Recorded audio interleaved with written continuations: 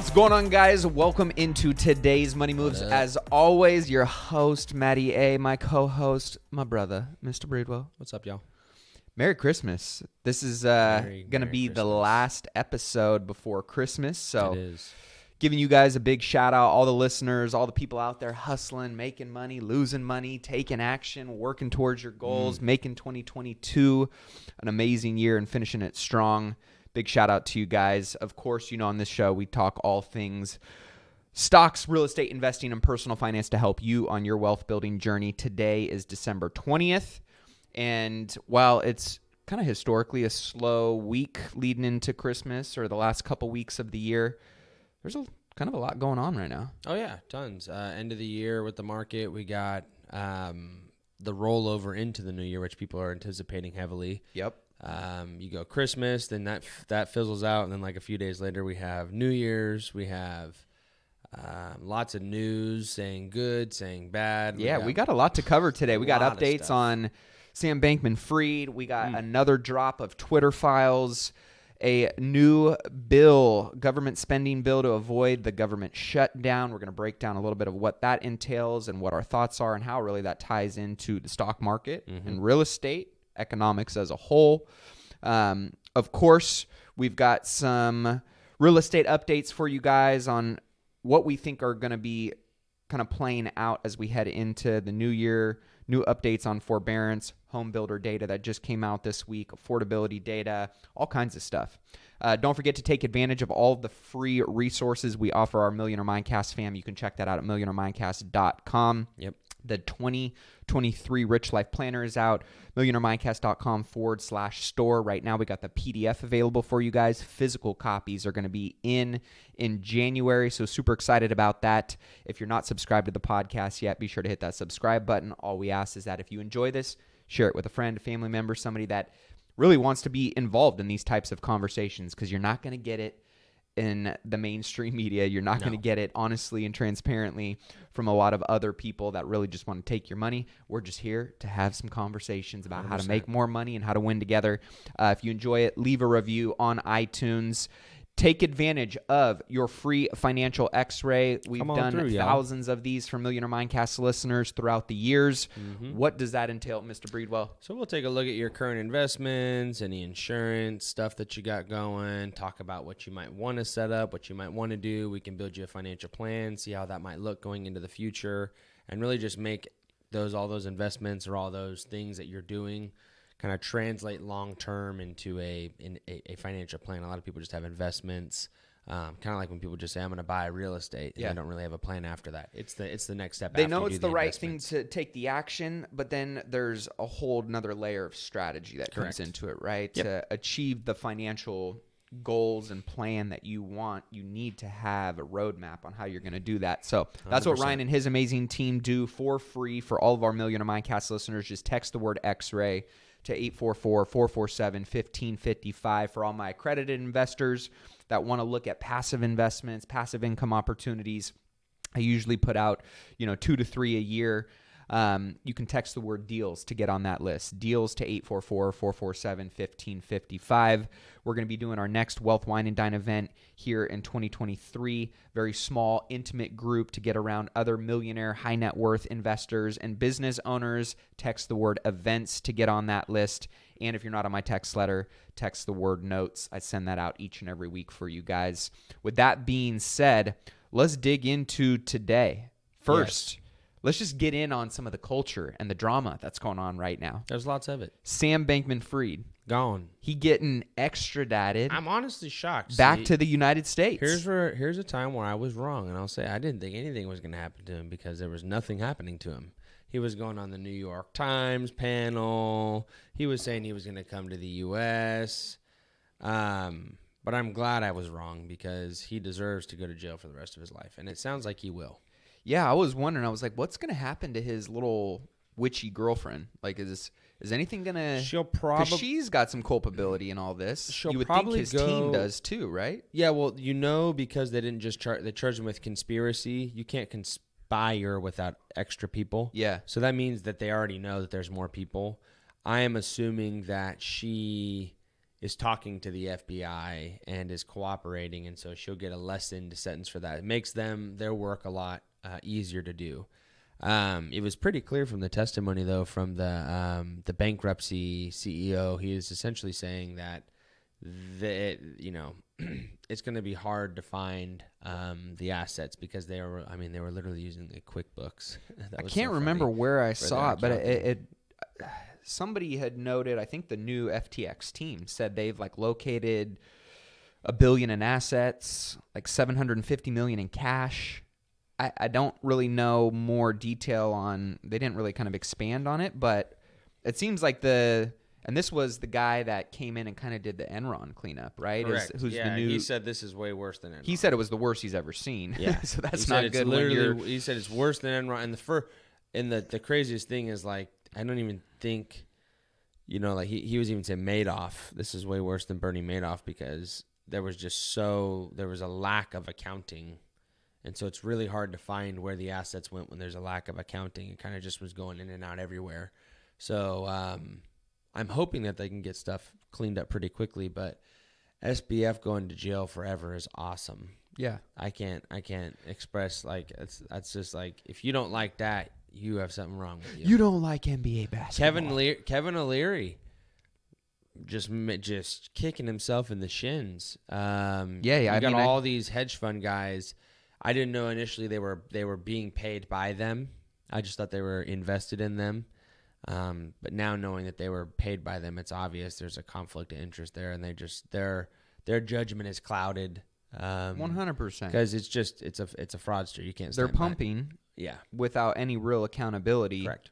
And this was the ultimate pump and dump. Correct. And it's going to hurt. It's going to hurt crypto as a whole. Now, with that being said, I still think there's a couple projects that are going to stick around, but it's going to hurt the majority of crypto as a whole. Well, I think there's a big lawsuit now that is going against some of the large platforms that they're working to at least allow people to get something out of those exchanges because most people's assets in the main exchanges now are all frozen. Yeah, they're frozen because they don't technically exist because there's no money there. Yep.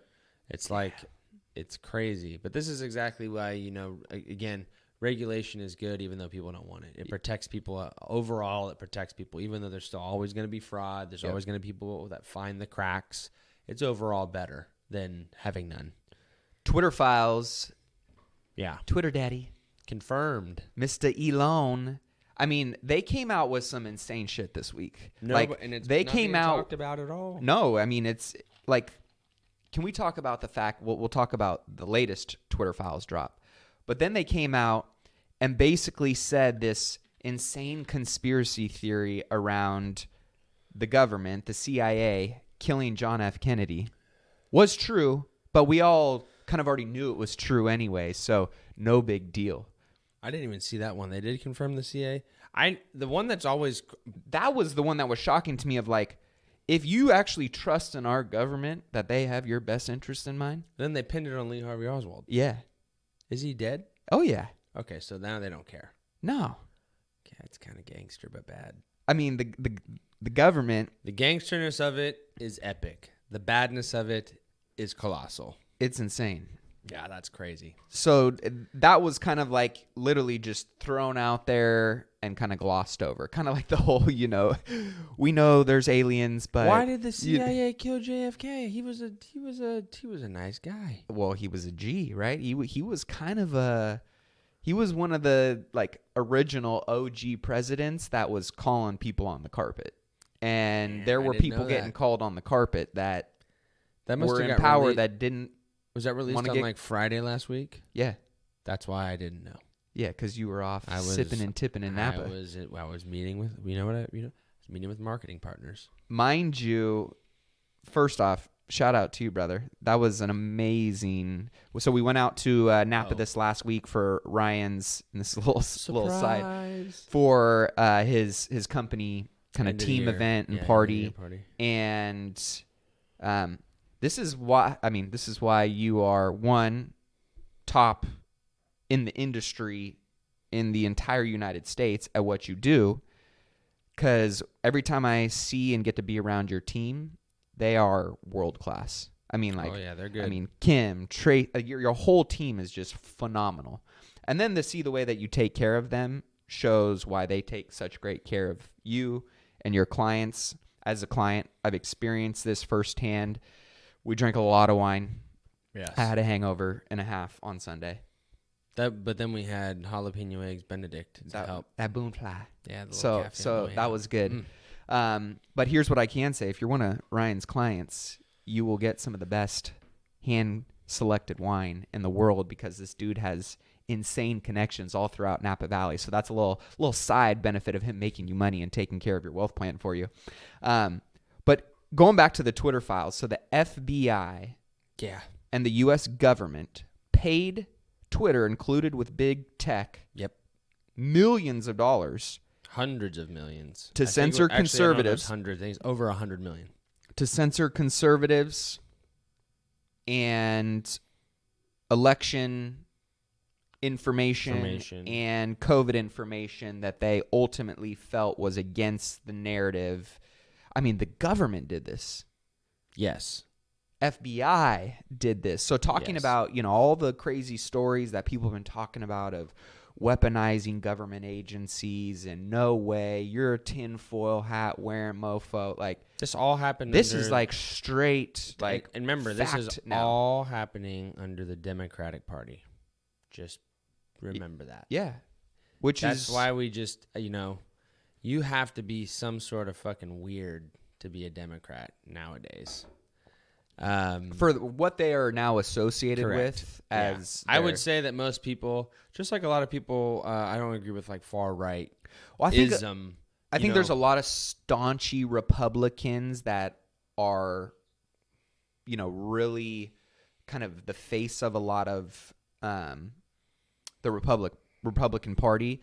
That normal, humble, it doesn't represent the whole. It doesn't, like, it's hard for them to identify. Like, I can relate to that. I'm like, man, that guy's just kind of a pompous, arrogant. Like, the way he comes off, I don't like it. I don't but like InfoWars bullshit. But policy-wise, their policies are really the best interest of most Americans. They whereas make you the richest.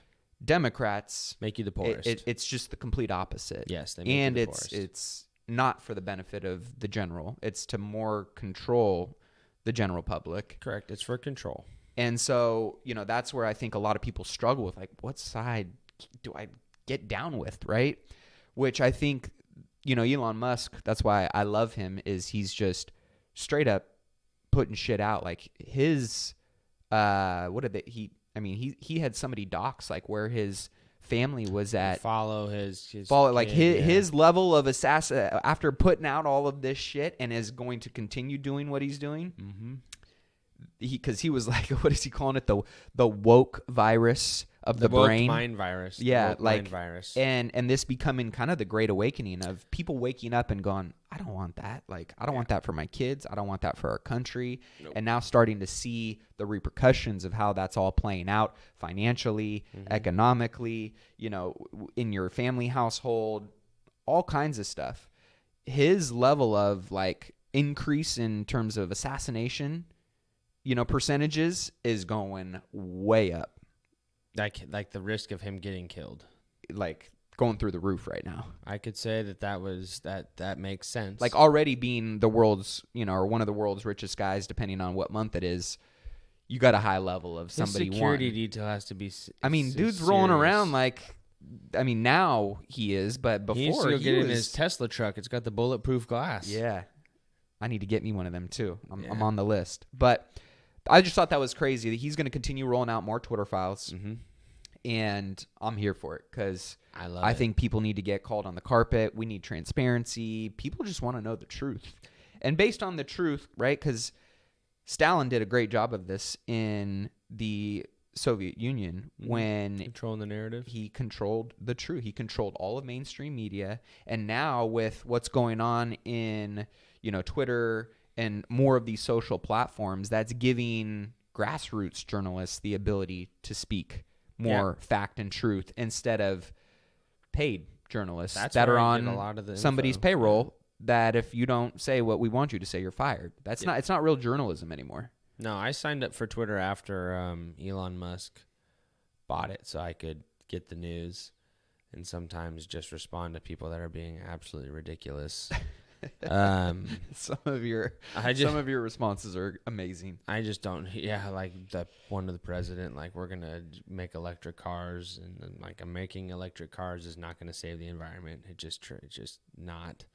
But anyway, on it's an interesting, crazy time. I've been waiting for a year to roll over since 2019 ended, and I was like, I'm ready for 2020 to be the decade of awesomeness. It has sucked. Yeah, so far this decade has been shit. Not like for business or my life, but man, there's been a lot of stuff going on that I would prefer not to go on. Like culturally, COVID happened, globally. Yeah, liberal people are now literally batshit crazy. You have people that are so brainwashed they can't even think for themselves. It's weird. I'm hoping the pendulum swings back. It's been swinging. This great awakening that many people are talking about. And I think that, when the pain becomes painful enough for someone to go, this is not serving me anymore. Yeah. This week we had, Tone, you can pull this up on the screen. Can you see this? There we go.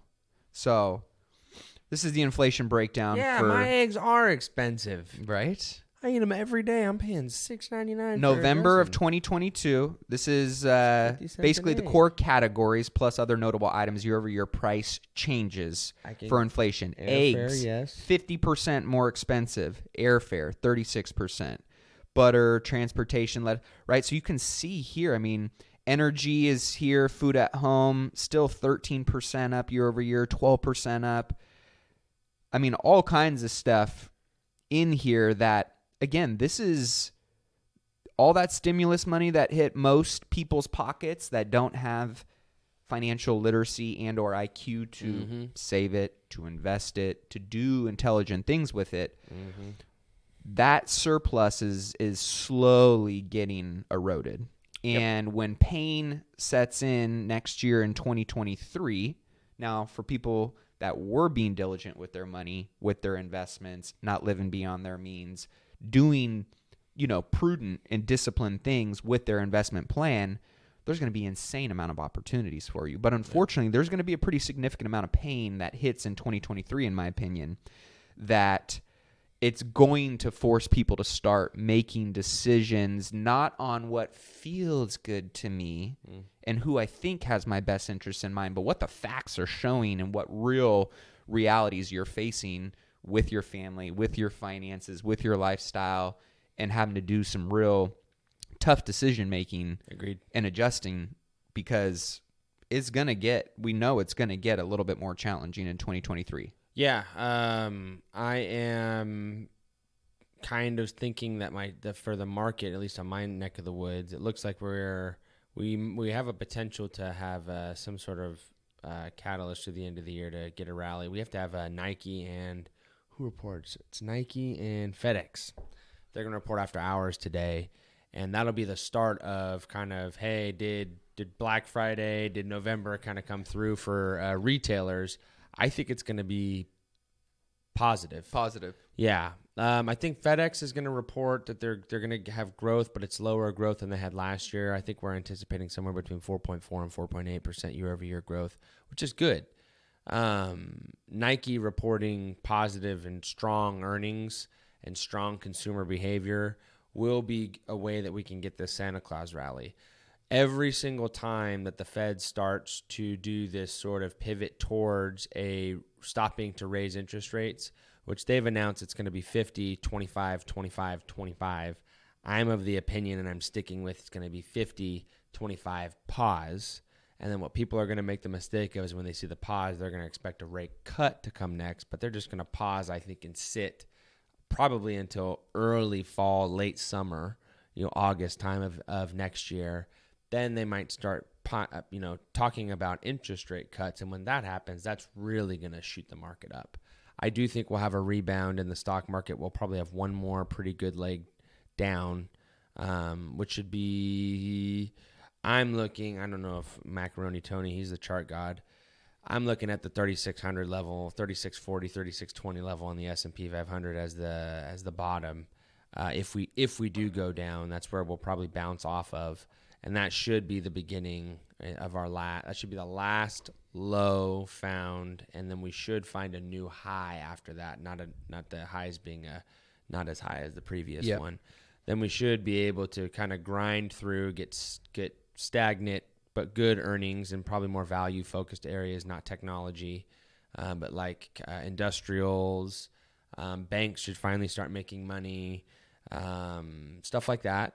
And then we should have a pretty good end of the year, middle of next year. But this is just part of kind of going through that cycle. If you remember, like when 2008 happened, March of 2009, which is kind of looking like the same kind of setup from a technical standpoint, is when the market bottomed out and then there was a rebound that year and the market started its super long bull run. I don't know if we'll have quite as long as a rally as that is, because we're going to be in higher, not so much higher actually, but we'll be in higher inflationary areas. I think that's going to reward a lot of people who've been prudent, sticking to their plans, continue to put money in their accounts, letting their accounts have DRIP, dividend reinvestment program, and then rebounding from that. Because a statistic came out today on, I think it's CNBC, 89% of individual stocks, 89%. Are owned by millionaires. What is your takeaway from that? That means that you're an idiot if you don't own stocks and you sell them. Rich people own stocks and they don't sell them. 89% of people that are millionaires own stocks. Correct. So it has to be a part of your plan.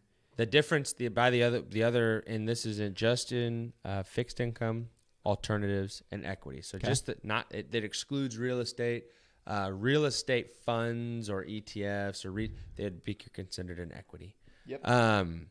The difference is fixed income, which means that rich people have found out that if you take risk, it rewards you more long term, and you cannot be scared of the short term. It sucks, and it is not fun to watch your accounts do what they do over the past 9 months, 12 months, and over these next maybe even 3 to 4 months. But it's going to be rewarding in the long term because you were prudent. And like we say every single time, if you sell, somebody is waiting to buy. You cannot sell your asset if nobody buys it. There's not a magical fairy that just makes money up and gives it to you. There has to be somebody with an open order that can be filled to buy your asset. And the reason when you can hit sell and it instantly fills is because it's an institution or a hedge fund or a smart investor and likely a wealthy investor that are going to pick it up because they're not stupid. They know that if you play the long game, you will make money. Same thing in real estate. But a lot of people freaked out and sold their real estate that bought in 2006 and 2007. But everybody that held through there is in the bag. Yeah, they took a while. Not only came back, but it came back and then some. Probably triple in some areas. I mean, depending on your asset class, yeah, possibly. So it's not. I was talking to somebody last night, and they were like, "Well, how do you? What's the secret to getting wealthy?" I got some crypto and stuff. I was like, I don't do crypto very much, not pretty much at all. I just do the stuff that's not sexy because that's what everybody tells you not to do because it's not fun to them. But getting rich isn't fun; it's hard. I mean, Buffett Munger. Being rich is fun. Oh yeah, makes life so much easier. Getting so rich much more is not fun. Getting rich is not so easier much more fun. Impactful. Yeah. And I mean, Buffett and Munger, the goats at doing the boring, gods, unsexy, billions, but consistent, investment prudence. And diligence. I remember when everybody was shitting on Buffett because when Cathie Wood was going through her bull run in the pandemic kind of rebound that we had, and it's hilarious now because Warren Buffett is making way more money, consistently making money, and he's getting paid dividends, which is really important because all the portfolios that we have, even the growth portfolios, we still have dividend yield on them because getting paid while you wait is important. A lot of growth stocks do not pay you dividends, so having some yield in your portfolio is super important. But the thing, again, to encourage people, you can't get caught up in market timing. Not in the stock market. It moves too fast, and you're not smart enough. I'm not smart enough. The smart people aren't smart enough to time it because there's too many systemic risks. Systemic risks are things that you literally, by definition, cannot hedge against. Things are going to happen completely outside of our control because people do so many things that affect the markets that move the stock market. Bank of Japan being a good example. Nobody kind of saw that coming, and that's a big deal for the fixed income market. And for those that don't know what Japan just announced yesterday, they're removing the ceiling off their yield, which essentially lets people know that they're moving more towards maybe like a neutral rate and out of a negative or zero, which is interest massive rate. for them. Yeah, they're one of the last quality areas that you could invest and get negative yield or zero yield on your debt. And so them moving away from that kind of tells us that the world as a whole is going to a higher interest rate. So money is going to be more expensive long term. What does that mean in the long scope?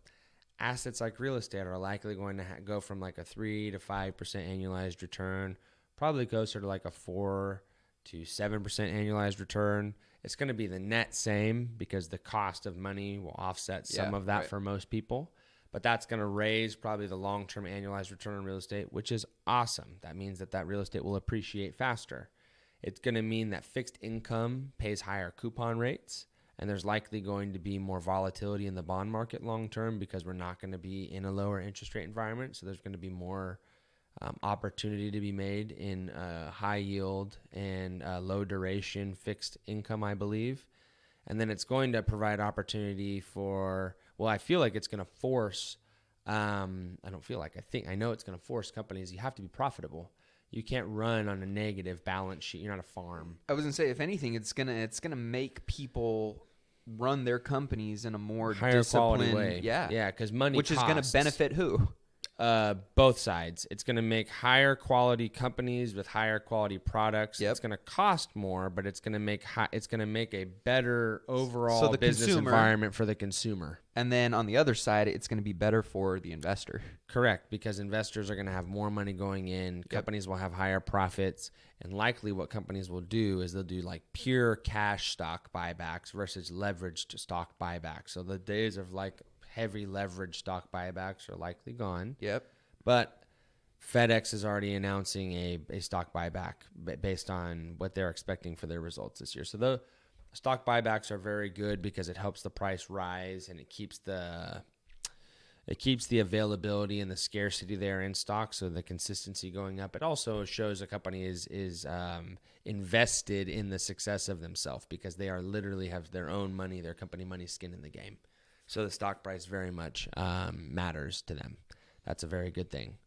So overall, like I said, we're very close to the end. Historically, about over 70% of the time, we've never had, I think one time actually.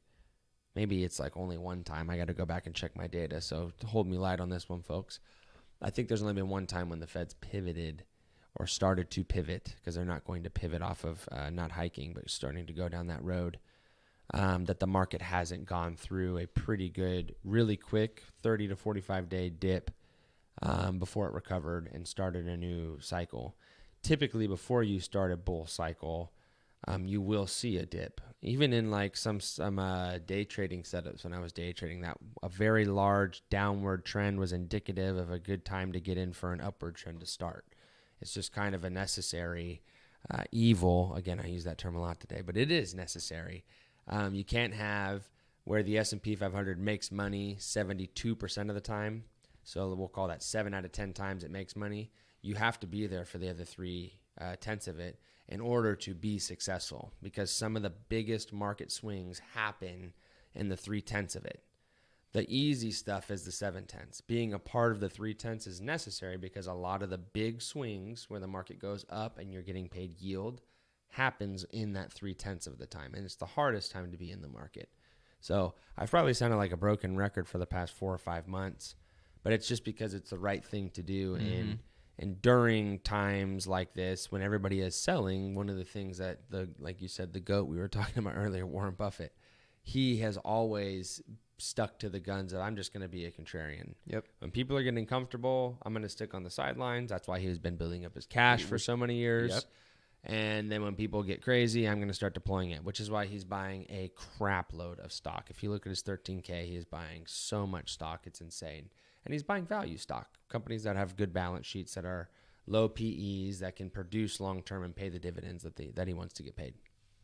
It's going to be an interesting ride. We've never seen in the history of our economy the Fed raise rates this fast. Correct. So that's where I think, especially with the real estate market, it's still going to... But that gets them to neutral faster. It does. I agree.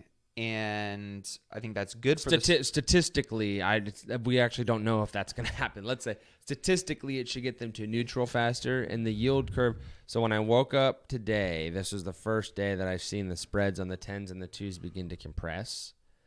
10-year yield, 2-year yield. And that's very good to me because it was getting around the mid 70 basis point area. And I was explaining to you, it broke over that, and that was bad. Now we're in the high 50s, which that's a big compression in fixed income. We need that to also happen because you're not supposed to be able to buy 2-year debt and get paid more than if you buy 10-year debt. That makes no sense.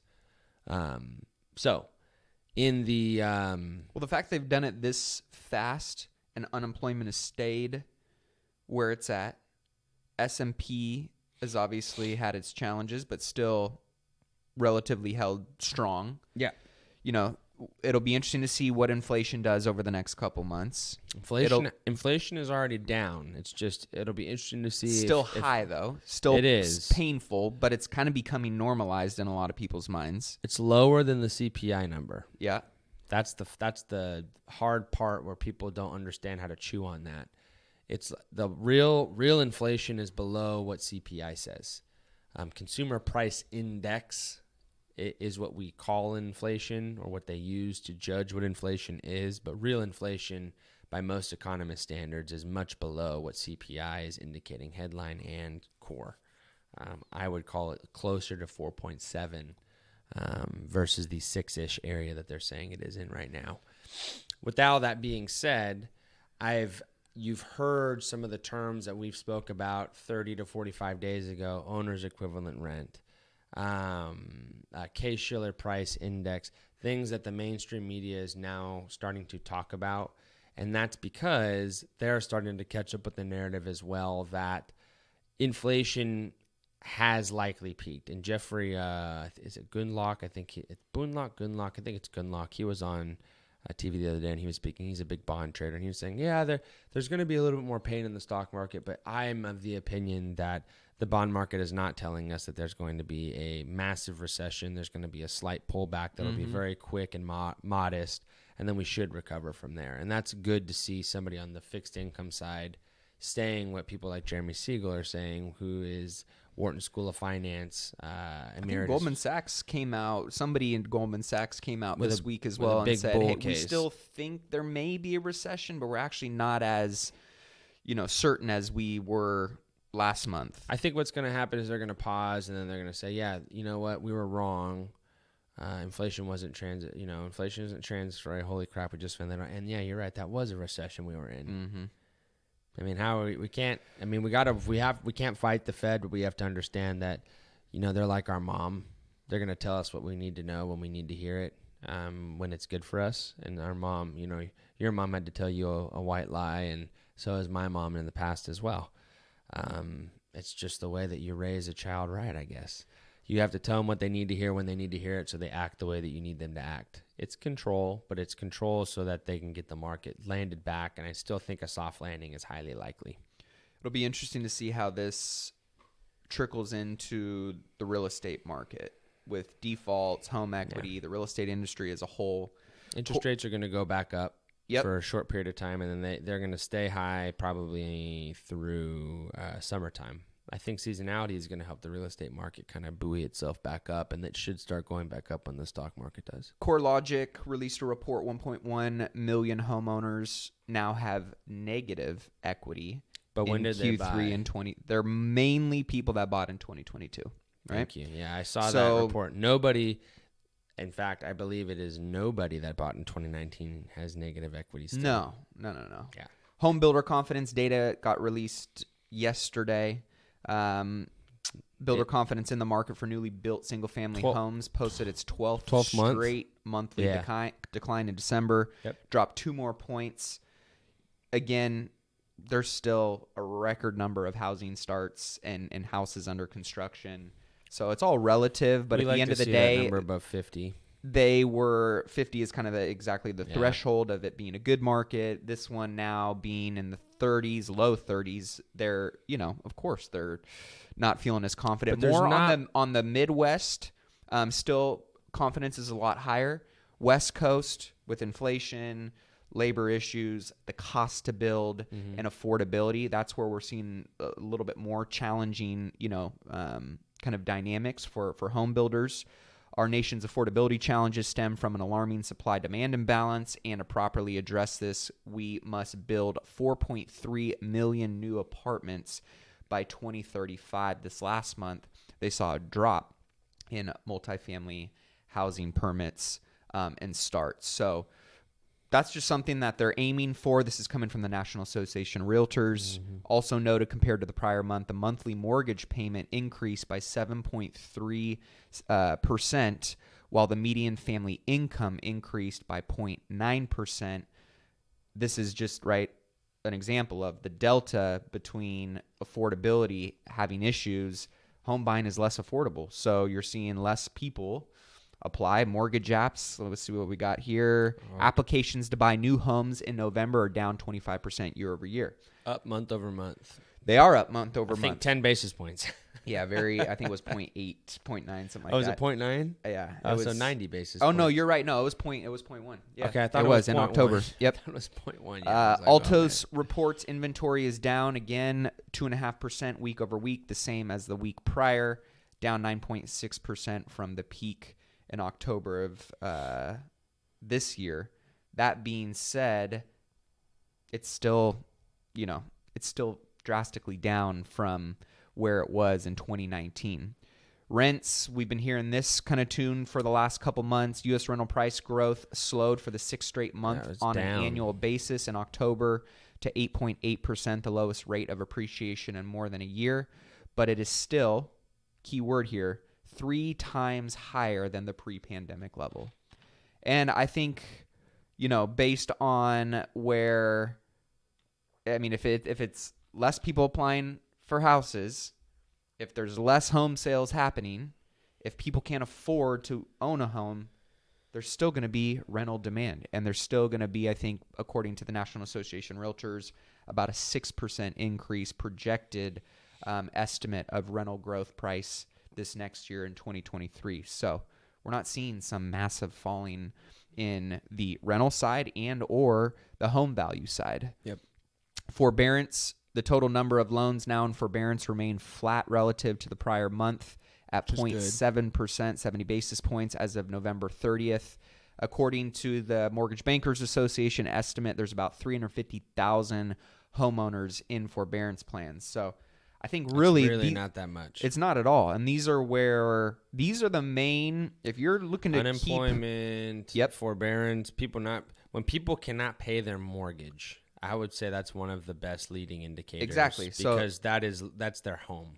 So that's getting back to that exact point. Those are the kind of data points you want to be paying attention to as we head into 2023, Q1, Q2, Q3, of course, looking at rate hikes and the cost of money, looking at unemployment, looking at defaults. That is going to be a big one. As that number starts to creep up a little bit, like Ryan said, that is your number one, in my opinion, investment of security is shelter. If you stop paying for one of the most important assets, that's where we're starting to see people really get pinched in their financial pocketbook and starting to have to make some tough decisions. And if the house and the mortgage payment is the one that you're cutting, that might be foreshadowing some potential pain that may be in the marketplace. That also may be, for investors, a point of opportunity to start looking at getting a little bit more aggressive and thinking that the market might be taking a shift. But again, just like Ryan always talks about playing the long-term game, on the stock market and equity side, it's the same thing on the real estate side. Buy cash flow. Look at assets from a long-term 10-year plus horizon in perspective that you're going to hold it in your portfolio. You're going to manage and operate it accordingly. Your cash flow may go up. Your cash flow may get compressed a tiny bit.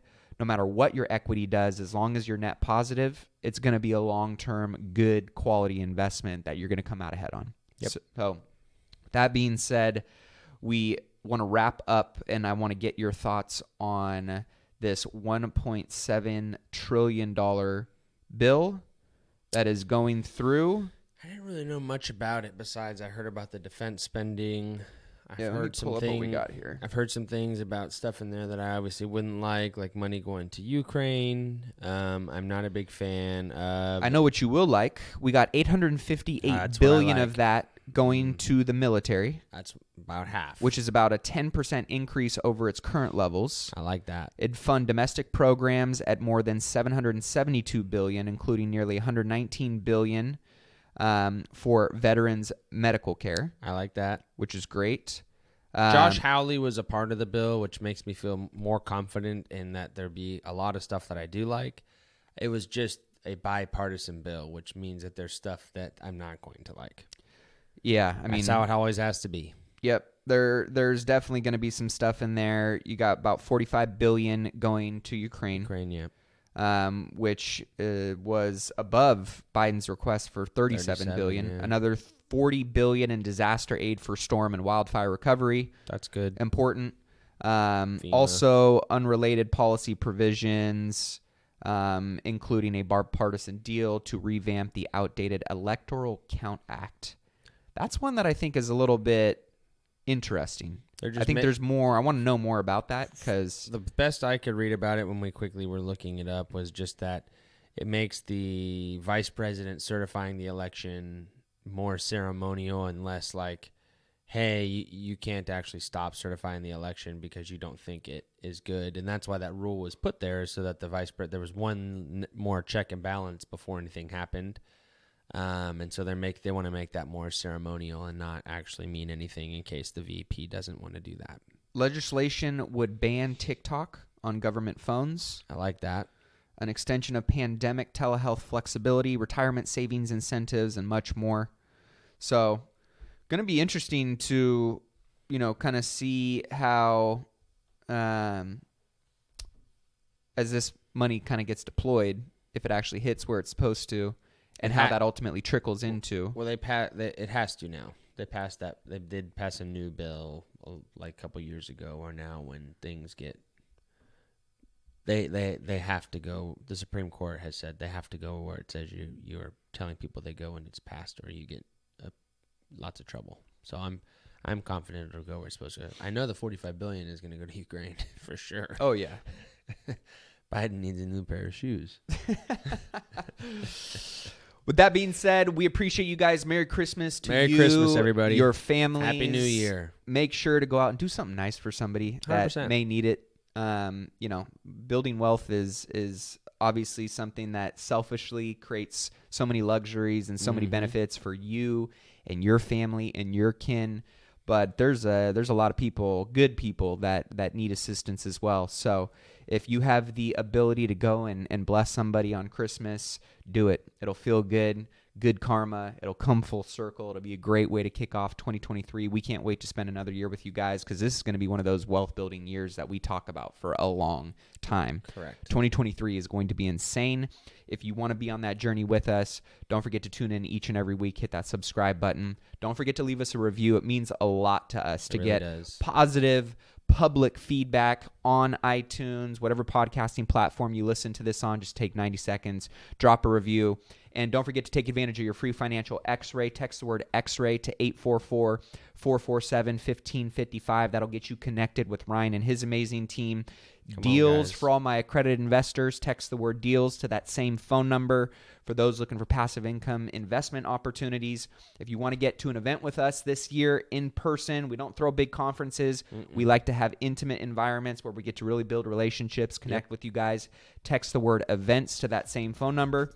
Last but not least, head over to millionairemindcast.com/store to grab your Rich Life Planner. Make 2023 your best year ever. And if you're not on the text letter, text the word notes to 844-447-1555. With that being said, keep investing in yourself and your wealth on your march to $1 million and beyond. Cheers, guys. Cheers, Joe.